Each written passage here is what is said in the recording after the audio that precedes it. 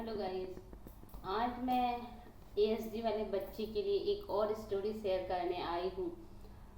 एक बच्चा था जिसको हाइट से बहुत डर था।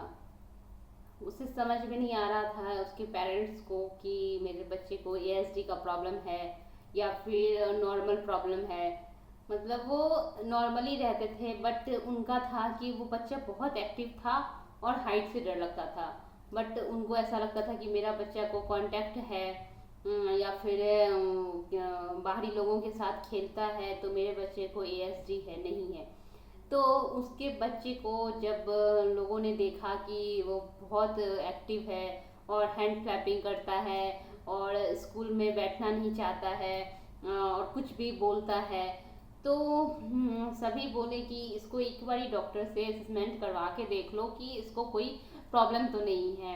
जब वो उन्होंने असेसमेंट करवाया तो उन्हें पता चला कि उसके बच्चे को एएसडी सिम्टम आ रहे हैं, बॉर्डर लाइन पे है। तो उनकी मदर बहुत परेशान हो गई कि डॉक्टर गलत बता रहे हैं, क्योंकि मेरा बच्चा में तो ऐसा हर कुछ थोड़ी है जो कि मैं मान लूँ कि मेरे बच्चे को एएसडी है। फिर उसने दूसरे डॉक्टर से कंसल्ट किया, तो दूसरे डॉक्टर ने भी यही बताया कि आपका बॉर्डर लाइन पे है, अगर आप इस पे काम नहीं करोगे तो आपका बच्चा एएसडी में के अंदर चला आएगा और फिर आपको माइल्ड सिवियर इन सब फेज को आपको देखना पड़ेगा। तो अब आप इस पे काम करना शुरू करो। फिर वो लेडी घर आती है और वो बोलती है कि मैं मान नहीं सकती कि मेरे बच्चे को एएसडी है। फिर वो दूसरे शहर चले जाती है और वहाँ पे टेस्ट करवाती है, डॉक्टर से मिलती है। जब वो बेंगलोर जाके इस चीज़ का टेस्ट कराती है तो उसे पता चलता है कि उसके बच्चे को बॉर्डर लाइन पे है, तो अब इस पे काम करना ज़रूरी है। जब 3 डॉक्टर से उसे आ गया कि अब बच्चे को एएसडी की तरफ है, तो उसे टेंशन होने लगी कि अब मैं क्या करूँ, कैसे अपने बच्चे को ठीक करूँ। फिर उन्होंने थेरेपी सेंटर ज्वाइन किया। थेरेपी सेंटर ज्वाइन करने के बाद उसका बच्चा वहाँ नहीं रहता था, बिल्कुल नहीं रहना चाहता था, बिल्कुल भी नहीं टिकता था। वो वहाँ से रोना धोना शुरू करके नहीं रह पाता था वहाँ पे बिल्कुल भी। एक भी चीज़ में वो बच्चे एक्टिविटी सेंटर में बिल्कुल भी सपोर्ट नहीं करते थे। इस कारण पेरेंट्स बहुत परेशान हो गए और उसे लास्टली थेरेपी सेंटर छुड़ाना पड़ा, क्योंकि उन्हें लगा कि मेरा बच्चा कर नहीं रहा है कुछ और रोज़ रो रहा है, और थेरेपी सेंटर का जो चार्ज होता है वो किसी भी फैमिली के लिए ज़्यादा लगता है कि क्योंकि वो रोज़ का चार्ज होता है। तो उसके पेरेंट्स बहुत परेशान थे कि थेरेपी भी नहीं कर रहा है, अब कैसे किया जाए।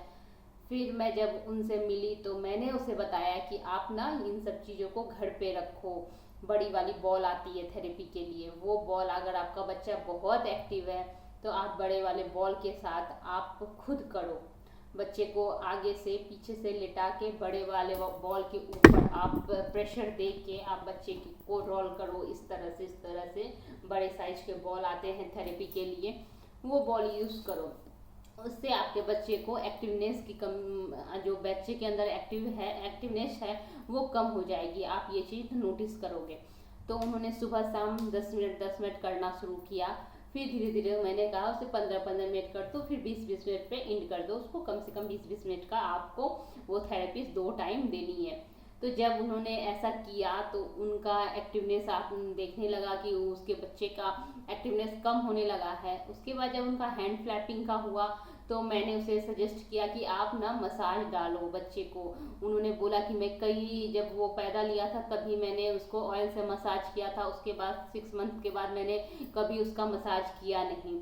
तो मैंने कहा कि अब मसाज आप शुरू करो, वो बच्चे की सेंसरीज आपको का प्रॉब्लम है तो आप उसको मसाज दो कोकोनट ऑयल से या फिर आप आमंड ऑयल से, ये दो कोई भी ऑयल से आप उसको मसाज दे सकते हो।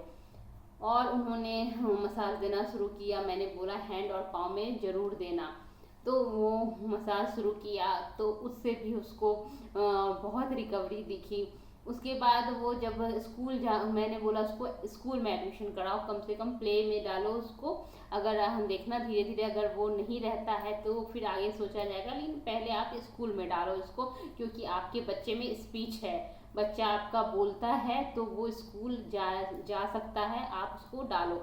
बच्चा उस टाइम में उसका 3.5 पौने 4 साल का होने चला था। बच्चे की स्पीच अच्छी थी, बच्चा बोलता था लेकिन कभी भी बोलता था, मतलब बिन मतलब का भी बोलता था, इस तरह का था उसका बच्चा। तो उन्होंने स्कूल में डाला। पहला 2 महीना बच्चा बिल्कुल भी नहीं रहा, एकदम भी नहीं रहना चाहता था, रोता था। उसकी मदर को वहाँ जाके बैठना पड़ता था। बट धीरे धीरे धीरे धीरे बच्चा सेट होने लगा, क्योंकि यहाँ पे उनकी मदर ने कोशिश करना शुरू कर दिया था, पीछे से बॉल थेरेपी देना शुरू कर दिया था, सेंसरीज पे काम करना शुरू कर दिया था। फिर धीरे धीरे बच्चा स्कूल में बैठना शुरू कर दिया, और आज के डेट में बच्चा अच्छे से स्कूल बस से अकेला स्कूल जाता है और आता है, और बच्चे में इतनी अच्छी इम्प्रूवमेंट है कि मैं बता नहीं सकती हूँ। अब उस बच्चे को देख के कोई नहीं कह सकता है कि इस बच्चे को कभी कोई प्रॉब्लम आई थी, या इसे 3 डॉक्टर ने डाल दिया था ASD के कैटेगरी में कि अब ये बॉर्डर लाइन पे आ चुका है और ये आगे माइल्ड और सीवियर तक जा सकता है। बट उन्होंने कोशिश की और 1 साल के अंदर उन्होंने बच्चे पे अच्छी तरीके से सही डायरेक्शन में उस पर काम करना शुरू किया, और आज बच्चा स्कूल जाता है अच्छे से, प्रॉपर बस से जाता है और आता है, और घर में बैठ के जिस तरह से मम्मा उसकी सीट चेयर पर बैठा के उसे खाना देती है, वो बैठ के खाना खाता है, और हम पार्क में लेके जाती है तो बच्चों के साथ खेलता है, प्रॉपर खेलता है। तो ये सब जब देखोगे आप तो आपको समझ में आएगा कि बच्चे आपके ठीक हो सकते हैं। हार नहीं मानना है कि अरे मेरे बच्चे को प्रॉब्लम आ गई है और सीवियर बोल दिया या फिर माइल्ड बोल दिया या बॉर्डर लाइन बोल दिया तो मेरा बच्चा शायद अब कभी ठीक नहीं होगा, ये मेंटल की रास्ते पे चल चुका है और इसे मेंटल प्रॉब्लम हो गया है तो ये कभी आगे जाके ठीक नहीं होगा। नहीं, ये चीज़ बिल्कुल नहीं सोचना है। जब तक आपका बच्चा 5 साल के अंदर है उस टाइम तक रिकवरी की बहुत अच्छी चांसेस होती है। बच्चा बहुत जल्दी रिकवर करता है। जिस तरह से उस पर मेहनत किया जाए उस तरह से वो उतनी ही अच्छी तरीके से रिकवर करता है। तो अपने लोगों को काम है कि मेहनत करना, सही डायरेक्शन में करना, और अगर कोई आपको कोई सलाह दे रहा है, कोई अगर इस चीज़ के बारे में नॉलेज रखता है तो आप उससे बातें करो। उस वो जो सामने वाला बोल रहा है तो वो करके देखो तो आपको भी रिजल्ट दिखेगा। मैं हर एक टॉपिक पे बात करती हूँ, जो भी बच्चे को प्रॉब्लम है, जिस तरह से मैं बच्चे को ट्रीट करती हूँ या फिर देखती हूँ या सामने वाले को जो एडवाइस देती हूँ और वो एडवाइस बहुत अच्छा काम करता है, बहुत अच्छा रिजल्ट देता है।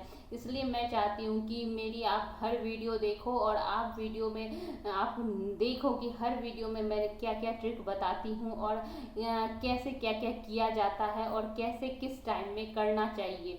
तो ये सब चीज़ अगर आप देखोगे और घर में ट्राई करोगे तो आपको रिजल्ट ज़रूर मिलेगा। Thank you so much.